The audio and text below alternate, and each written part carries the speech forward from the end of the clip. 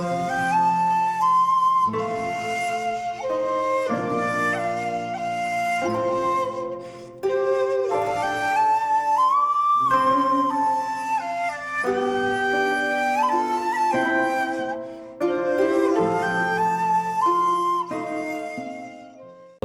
Films, and welcome to the latest episode of the alphabet of my favourite films, and we are at the letter P. Again, please leave me your list of your favourite films again with P, because I'm always interested to have a wee look, because again I'll either forget or there'll be plenty that I haven't seen. It's another year. Hope you've all made it, and I hope you all have a good 2020, watching lots of great films. I'm probably going to be lazy and do some updated collection videos, because I have obviously added to my collection in the past a few months, so I'll probably start doing updated collection videos as we begin the new year, get back on the Saijit Ray and Claude Chabrol seasons, and the usual random reviews and double takes. I'm going a slightly different approach for the P films. They're not going to be in alphabetical order, which is kind of messing with my OCD a little bit. So it's going to be a surprise which one I pull out. So hopefully you enjoy this video and it's not too long. So I'm first going to talk about 3 films that I don't have to hand at the moment.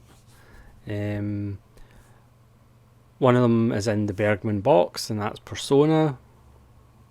You've probably all seen it.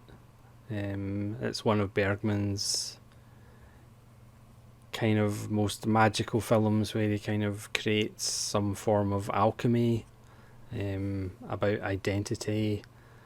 Again, a cast of not thousands, low budget, but he just makes a challenging,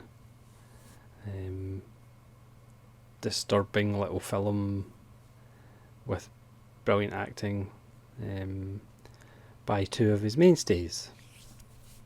The next on the list is Phantom of Liberty by Louis Buñuel, at his most anarchic, not particularly plot driven, but it's another one of his wonderful little satires.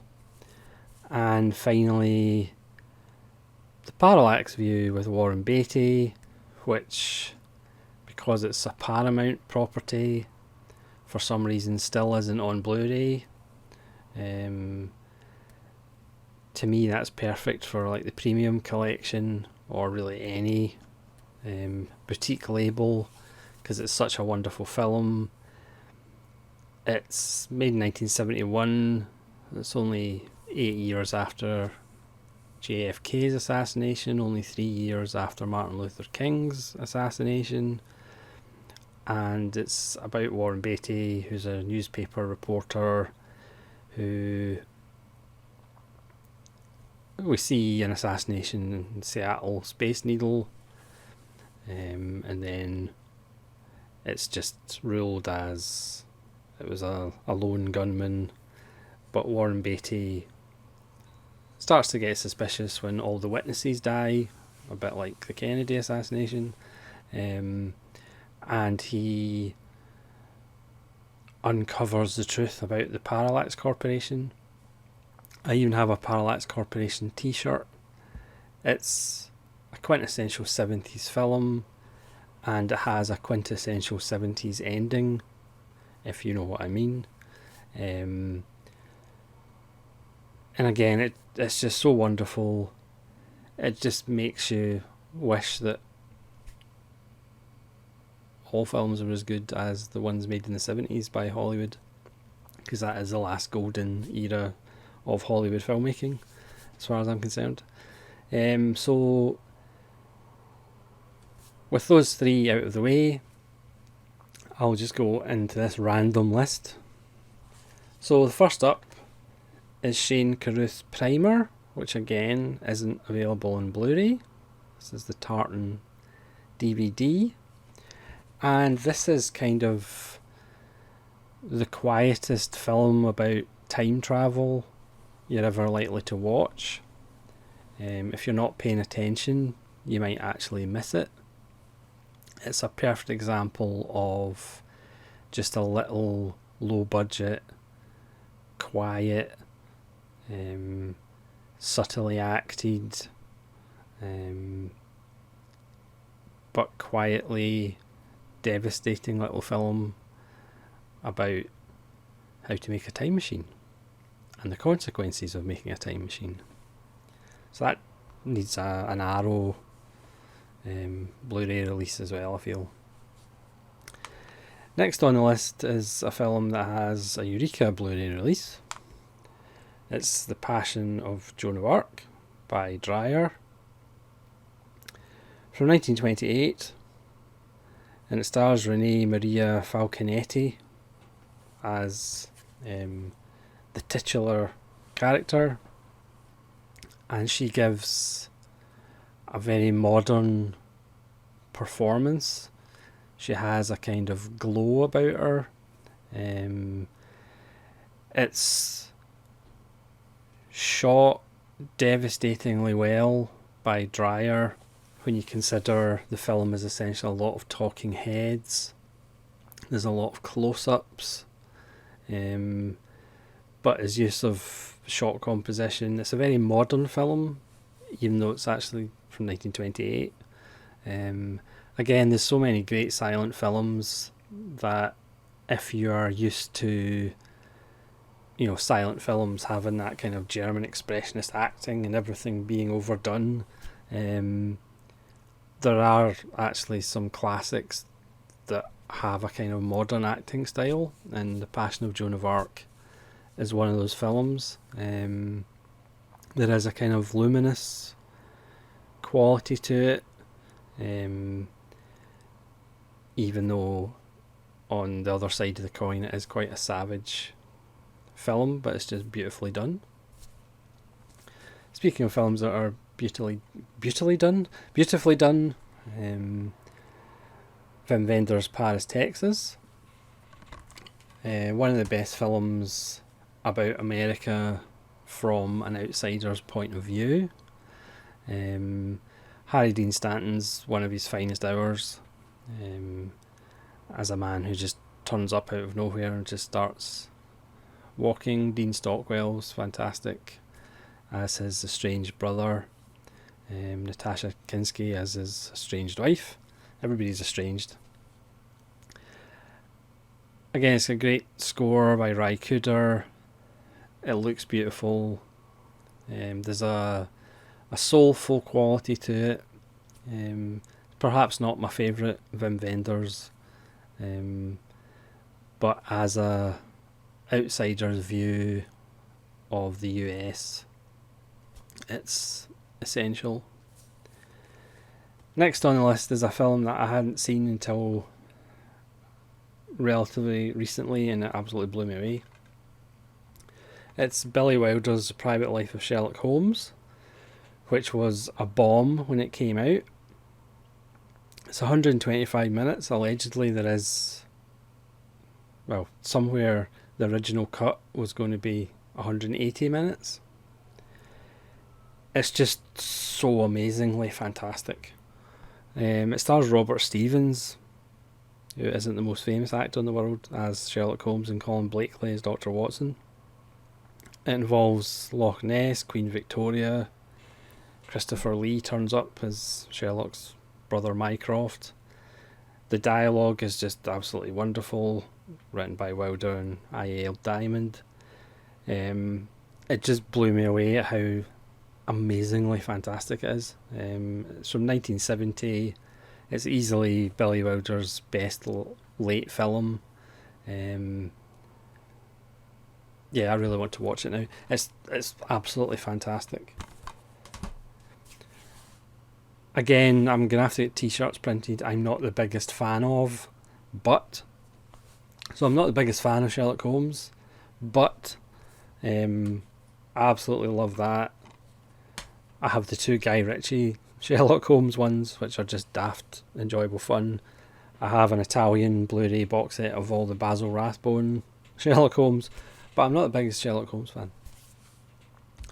Next on the list is pure hokum, but it's masterful hokum. It's The Prophecy with Christopher Walken. Perhaps I have it because of Christopher Walken. I know I've got The Prophecy 2 and 3 because of Christopher Walken, even though he's not in them as much. This is about a holy war in heaven between angels, well, between good angels and bad angels. Even though in the Bible they're all angels are pretty much bad, because it just, when God wants some terrible thing done, he sends an angel. This has an amazing cast.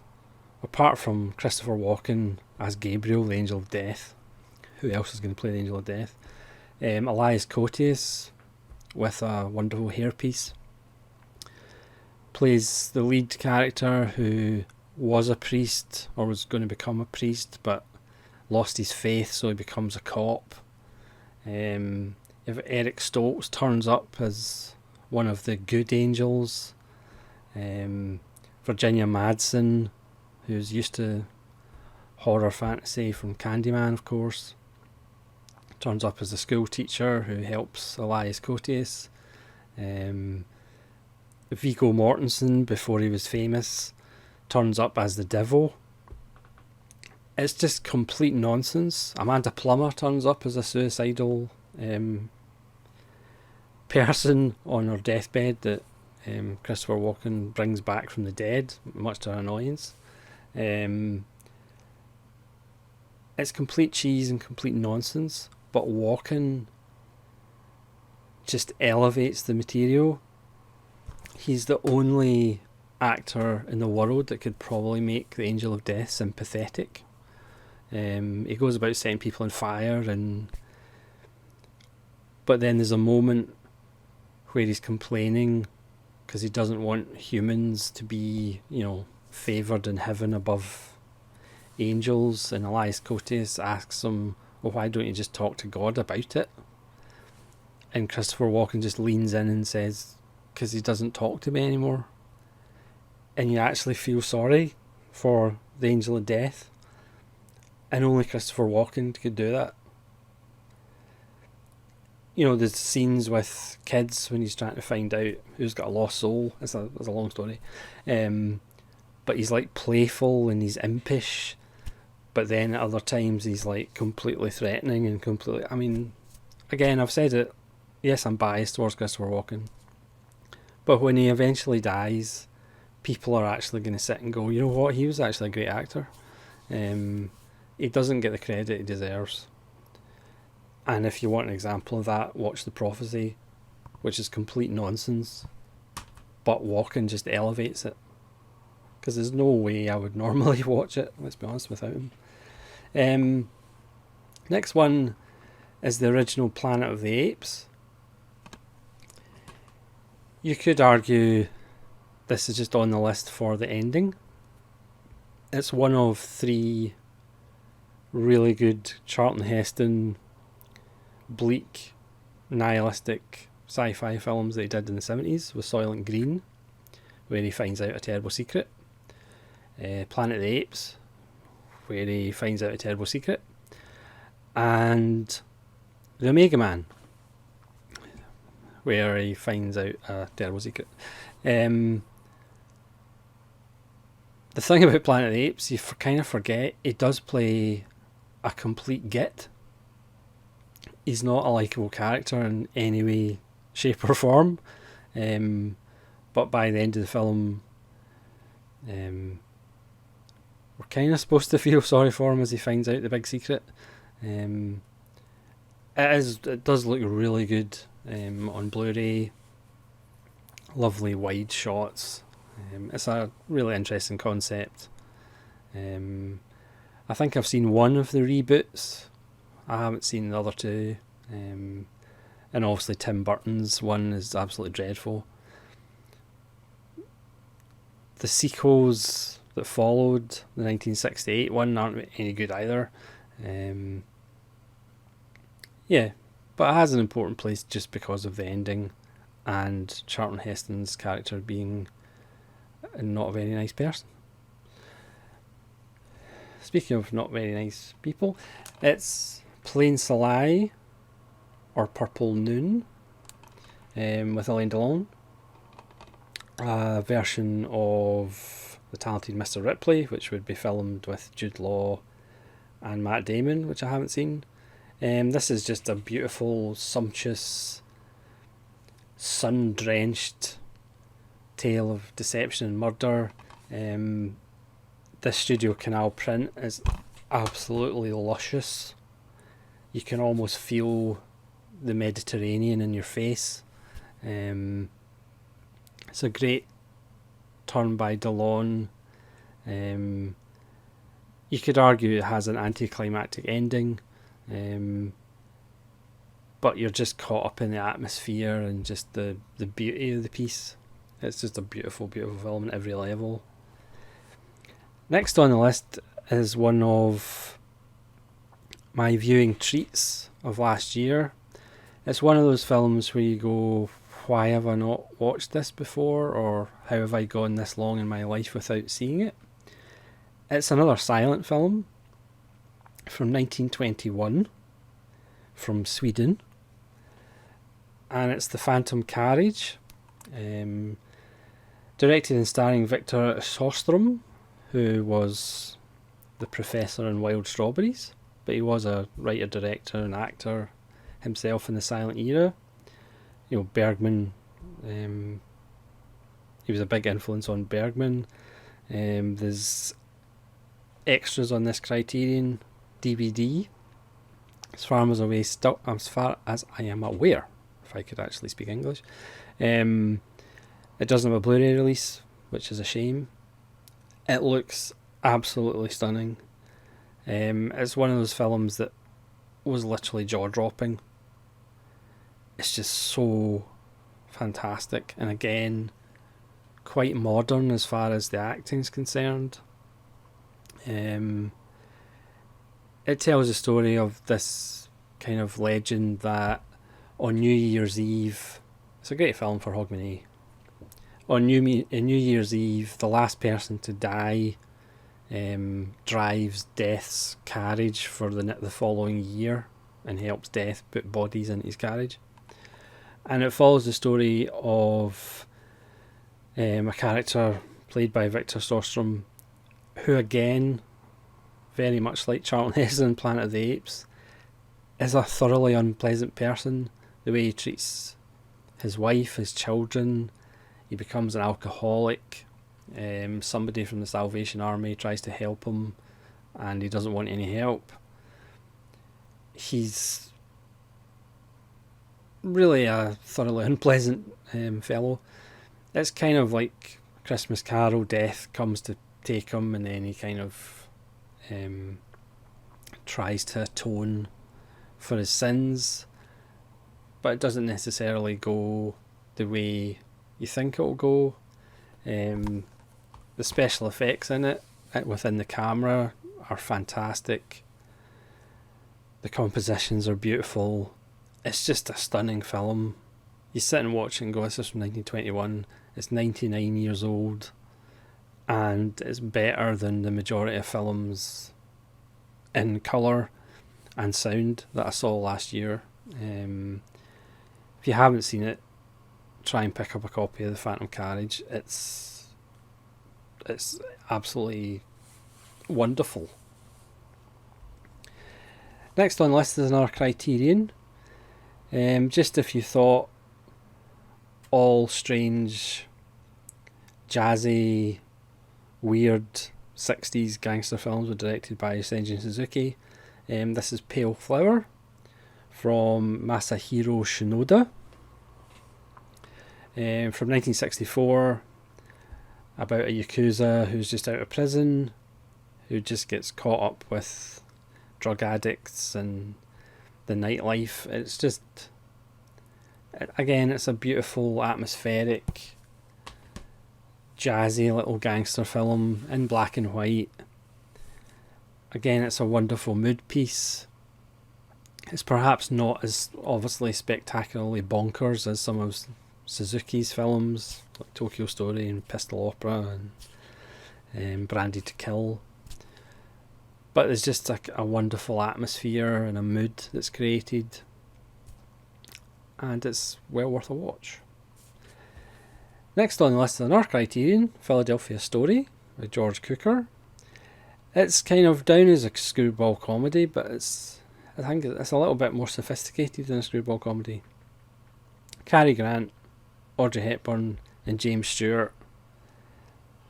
You don't need to say any more than that, do you? Next on the list is a film that has lots of flaws, but there's just something about it. It's Nicholas Roeg's Performance, which I believe I watched on Moviedrome on BBC 2 years ago, probably 20 years ago, and I haven't really seen it since, but watching it a couple of times since I got this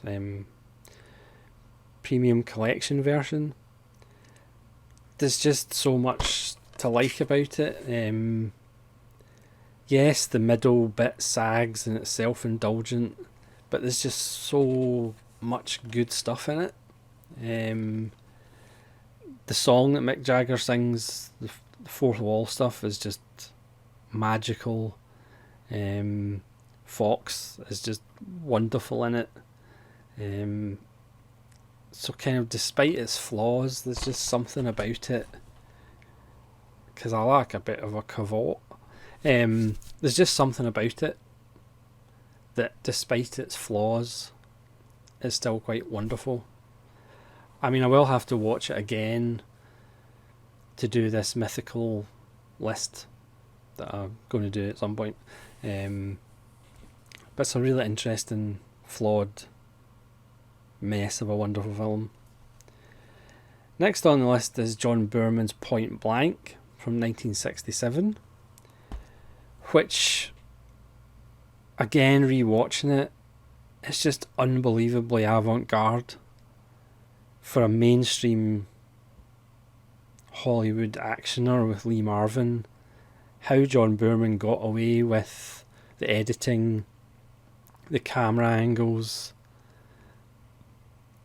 It's like a French New Wave film, but it's a Hollywood revenge story about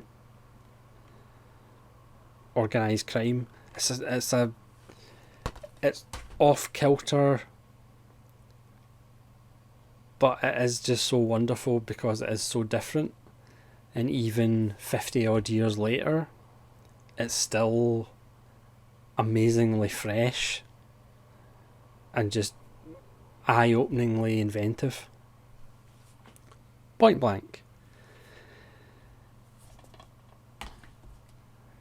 Next on the list is Jim Jarmusch's Patterson, which I'll say now will probably not be on the final list. It's not Jarmusch's best film by a long stretch, but it's a very quietly emotional little film. It was resonant for myself. I found it quite moving in the end. But it is just a nice little quiet character piece. It has kind of less of the kind of oddball, slightly off-kilter side of some of Jarmusch's films. But for me, I just found it quite moving in the end. But I can see why it's not going to have that effect on everybody. Next on the list is Pinocchio. This is the Mondo Steelbook.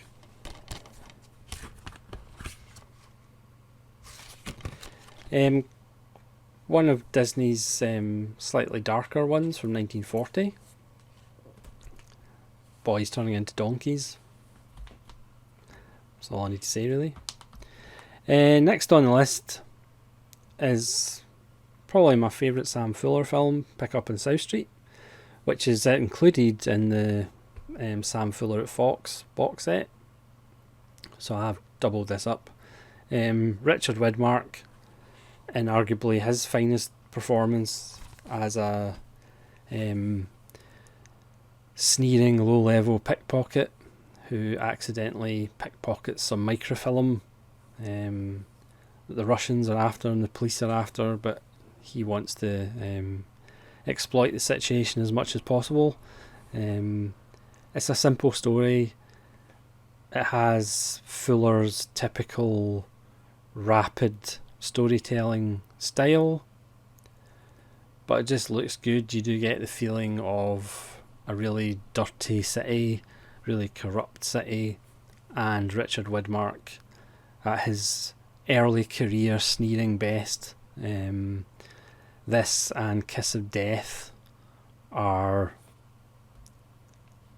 essential in Richard Widmark films.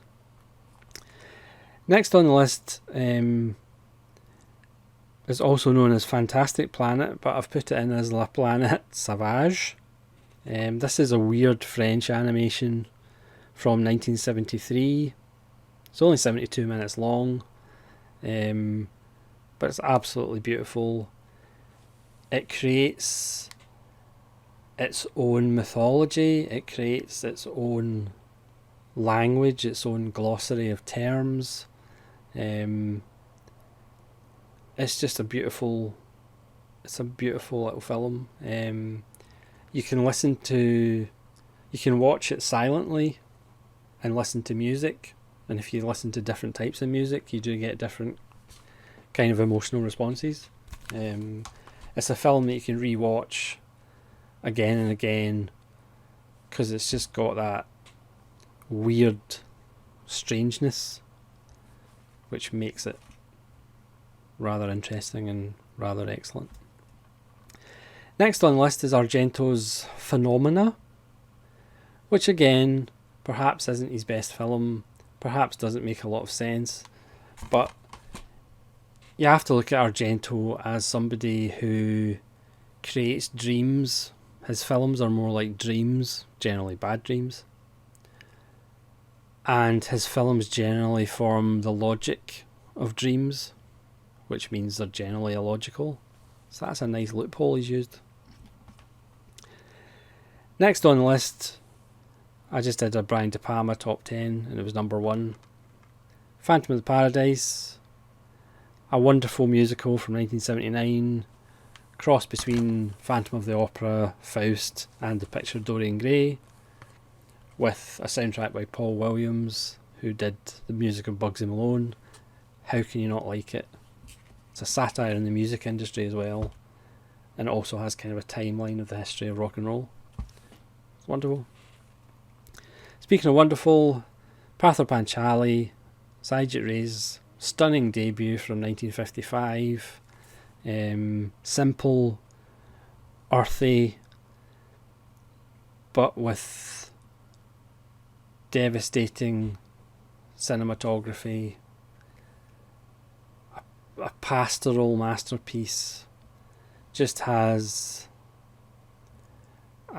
just has a wonderful flair for composition. It's just a simple story told beautifully, and I know I'm slightly biased, but one of his several masterworks. Now I'm going to leave 4 to the end because they are 4 heavy hitters. Can you guess which ones they are? Next on the list is a film that always freaks me out. Again, it's probably not going to end up on the final big top 150. It's Phase 4 by Saul Bass, the famous creator of titles for Hitchcock and Scorsese, etc. This is the only film he ever directed.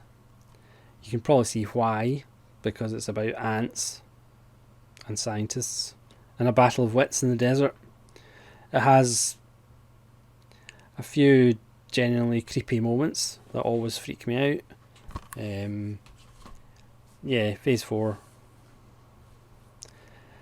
Next on the list is the aforementioned Picture of Dorian Gray, starring Hurd Hatfield as Dorian Gray and Donna Reed. It's got Angela Lansbury. But for me, it's got George Sanders. And George Sanders is absolutely fantastic. He is at his cynical, sneering best at society. It's just a beautifully mounted version. George Sanders just steals the show. The final reveal, it's in black and white, and then the final reveal is in shocking Technicolor. It's a wonderful film. If you're a fan of George Sanders, it's a must own, and if you're not, it's a must own. Next on the list again is a film that's probably not going to make the final list. It's Mike Hodges' Pulp with Michael Caine. This is a bit messy. It's a bit all over the place, but it's so much fun.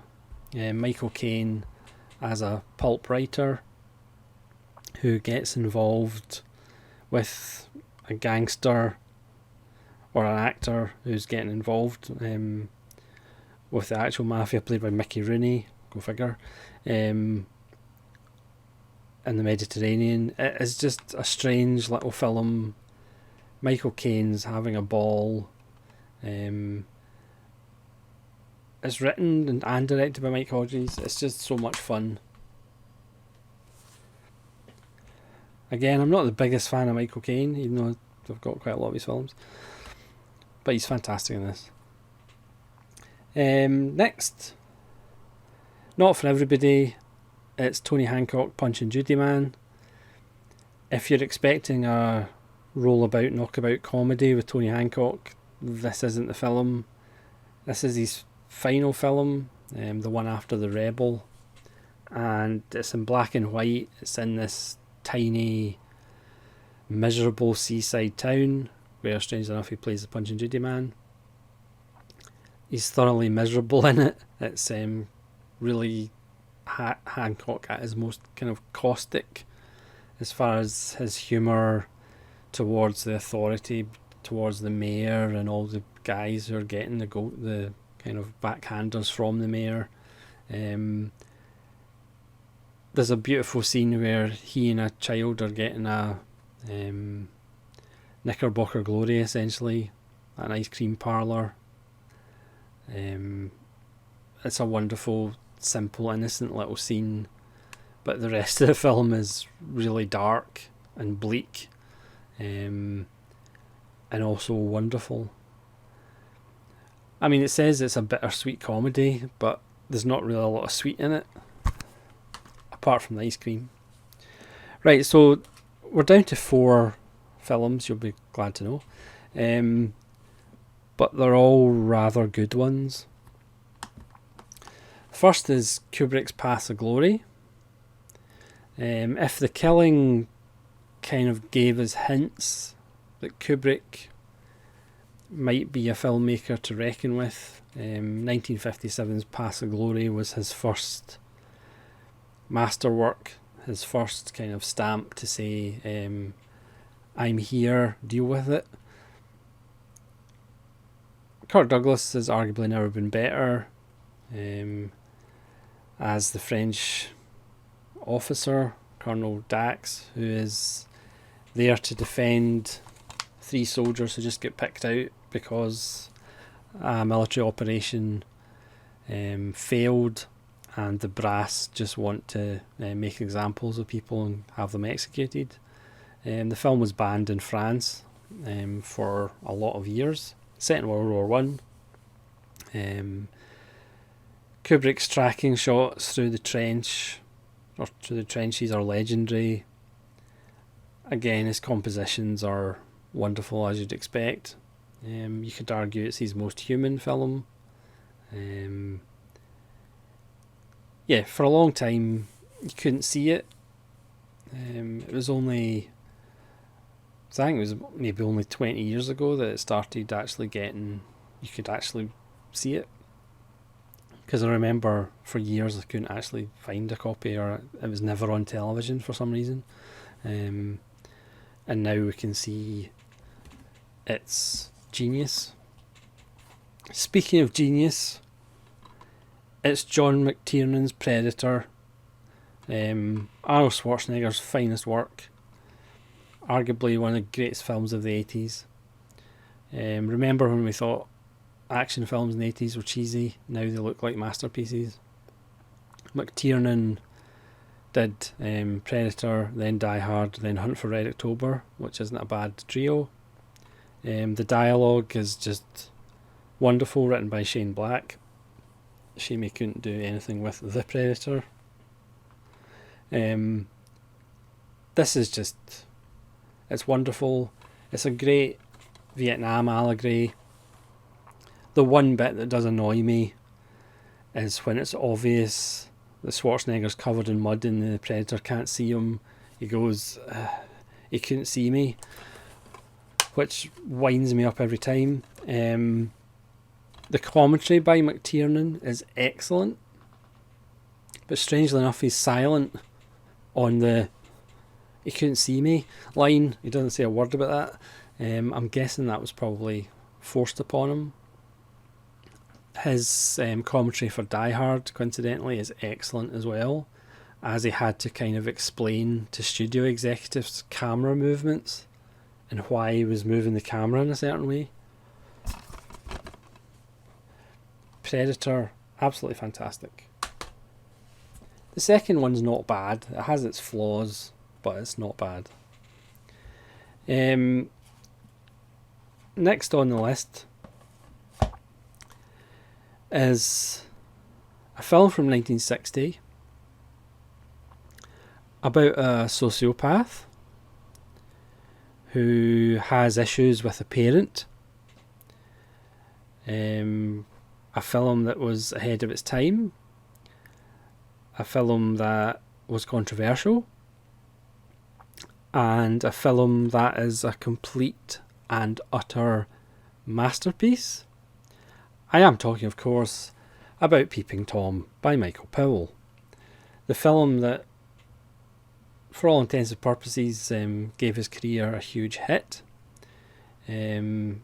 Critics were appalled by it.